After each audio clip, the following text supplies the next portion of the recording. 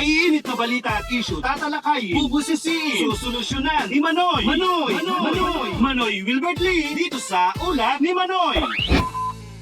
Ito po si Manoy Wilbert Lee. Kahapon po, kasama ang Philippine Coast Guard, tinungo natin ang ground zero ng oil spill sa Limay, Bataan para mas maintindihan ang sitwasyon doon at pangalap ng detalye para sa ipinatawag nating investigasyon sa Kongreso. Susuriin natin dito ang seaworthiness ng mga barko, ang insurance coverage sa mga kumpanya, ang paglalatag ng mekanismo at sapat na kalimitan para sa pagtugon sa oil spill at agarang paghahatid ng tulong lalo na sa mga mangingisda. Tutukuyin din natin dito kung merong sabuatan, smuggling activities at kawalan ng permiso na maglayag. Hindi pwedeng paulit-ulit ang pagkakamali at kapabayaan. Managot ang dapat managot.